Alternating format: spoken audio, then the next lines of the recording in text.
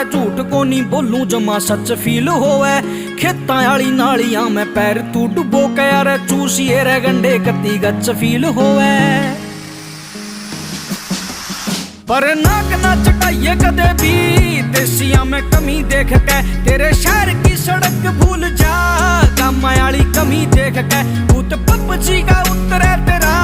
बैठक में रमी देख के तेरा शायरी हिप हॉप भूल जा महफिल या जमी देख के